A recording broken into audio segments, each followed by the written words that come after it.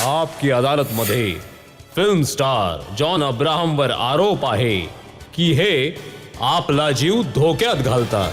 John, जेव्हा तुमच्याबद्दल मी वाचत होतो तेव्हा असं कळलं की तुमच्या एल्बोजवर आणि तुमच्या शेन स्प्लिंट्समध्ये जिममध्ये मार लागला होता. हो तुमची खूप हाडं तुटलेली आहेत. हो लेफ्ट फूट ॲक्सिडेंटमध्ये जखमी झाला होता. हो फ्रंट फूट कोणत्या वेगळ्या अपघातात तुटला हो होता. एवढा मार खाऊन काय सिद्ध करायचंय तुम्हाला? हो आधी तर जेव्हा पण मी फिल्म इंडस्ट्रीमध्ये आलो त्यावेळेस पहिली फिल्म जी होती बच्चन साहेबांसोबत होती. It was a film call एतबार विच रिलीज 4th, जी चालली नाही व्यवस्थित. पण त्यावेळेस I had broken my left arm. तर इथे पूर्ण तुटलेलं होतं. तर मी गाडी स्वतः चालवत होतो त्यावेळेस, टाटा सियारा. आणि मी गिअर असा चेंज करत होतो आणि असा चालवत होतो. तर त्यावेळेस हे पूर्ण इथपर्यंत तुटलं गेलं. तर त्यावेळेस बच्चन साहेबांच्या तारखा खूपच गरजेच्या होत्या आणि अजूनही आहेत. तर when Amitabh Bachchan comes to shoot you have to be there. तर कास्टशिवाय एक रिमूव्हेबल कास्ट घालून मी काम करत होतो. तर शॉटच्या आधी तो कास्ट काढून टाकायचा, काम करायचं आणि पुन्हा लावायचं आणि आईस पॅक लावायचा.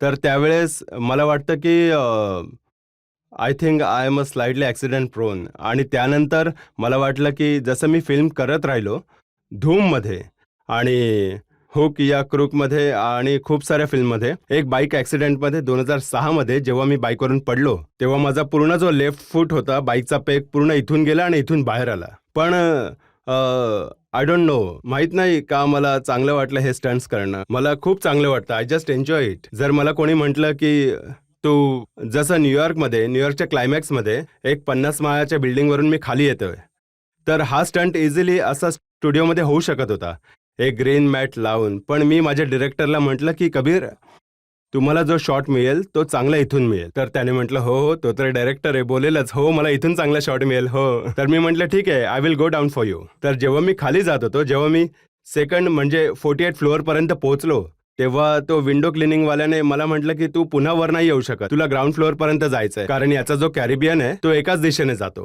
तर मी म्हटलं ठीक आहे. तर मी खाली गेलो. 20व्या माळ्यावर जेव्हा पोहोचलो तेव्हा the presidential election were going on in America 4 नोव्हेंबरला जेव्हा प्रेसिडेन्शियल इलेक्शन झाले होते. तर 3 तासासाठी मी तिथेच अडकलो होतो एकाच जागेवर.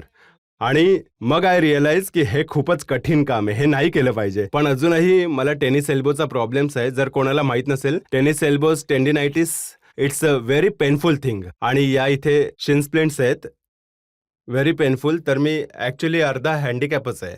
तर ही जी बॉडी मी बनवली आहे खूप मुश्किलीने बनवली आहे.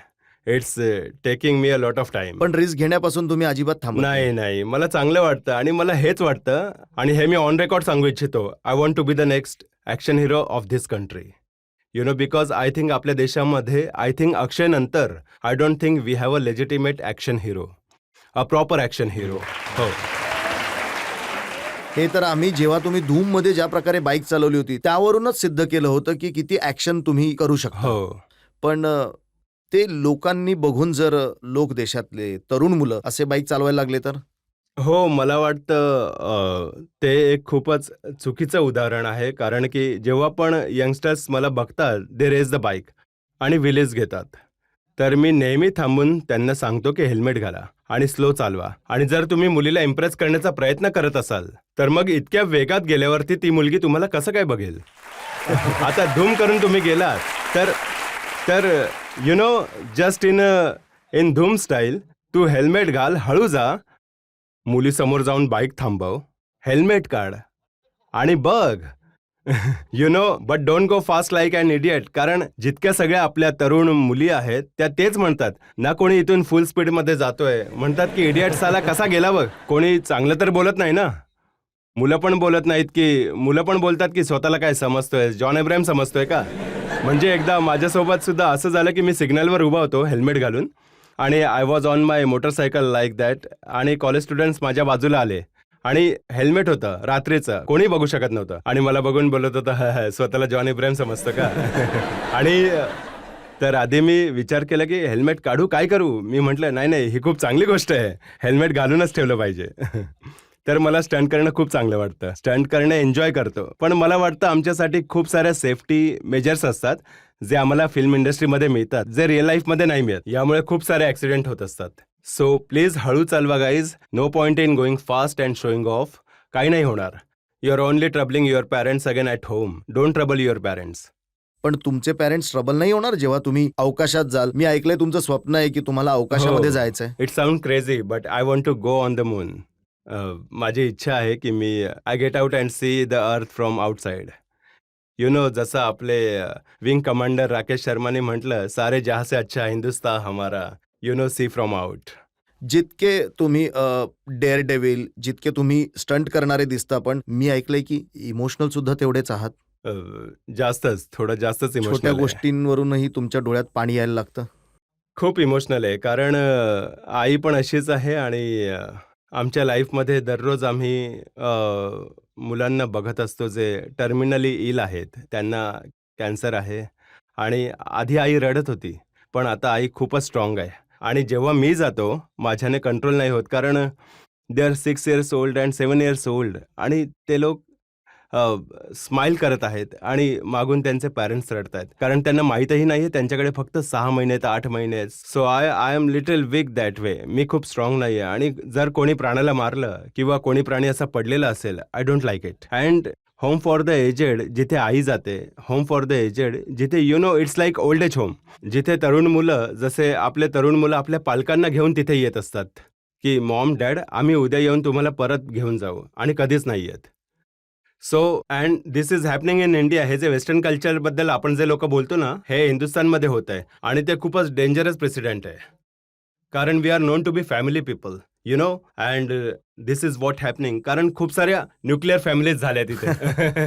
जॉन, जितक्या लोकांबद्दल तुम्ही म्हटलं की अभिषेक, ऋतिक, हे सगळे ते स्टार्स आहेत ज्यांच्या परिवारामध्ये हो ऍक्टिंग त्यांच्या रक्तामध्ये. तुम्हाला नाही वाटत की तुम्ही फक्त एकटेच आला आहात तिथे इतक्या मोठ्या जंगलामध्ये? हो, ही गोष्ट ॲक्च्युली मला कालच कोणीतरी म्हटलं की शाहरुख आणि अक्षय नंतर जे 25 वर्ष आधी आले, की मी एकच एकमेव असा ॲक्टर आहे इंडस्ट्रीमध्ये ज्याचा कोणी बॅकिंग नाही आहे. तोपर्यंत मला ॲक्च्युली रिअलाईज देखील झालं नाही की I am here by myself. तर माझ्यासाठी जसं तुम्ही म्हटलं, बरोबर म्हटलं की the sustenance is a little difficult. तुम्हाला तुमचं सस्टेन करायचं आहे. मला नेहमी प्रत्येक पावलावर मला स्वतःला सिद्ध करायचं आहे की अच्छा, जॉन इब्राहिमने धूम चांगली केली, अच्छा ठीक आहे, बघूया. गरम मसाला ठीक आहे, न्यूयॉर्क नाही, वेट आणखी एक बघूया. तर प्रत्येक पावलावर मला नेहमी सिद्ध करावं लागतं. पण त्यामध्ये एक मजेदार गोष्ट आहे, इट्स गुड फन. मला वाटतं की बाकी लोकांबरोबर कदाचित परिवार असतील, गॉडफादर असतील, पण तुमच्याबरोबर देशाची जनता आहे. नक्कीच, मी नेहमीच मानतो असं.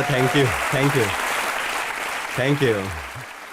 मी हेच मानतो की दी ऑडियन्स इज माय गॉडफादर, कारण इट्स अनबिलिव्हेबल. जो सपोर्ट मला ऑडियन्सकडून मिळाला आहे, it's outstanding. It's like salute you guys. Thank you so much. So हां.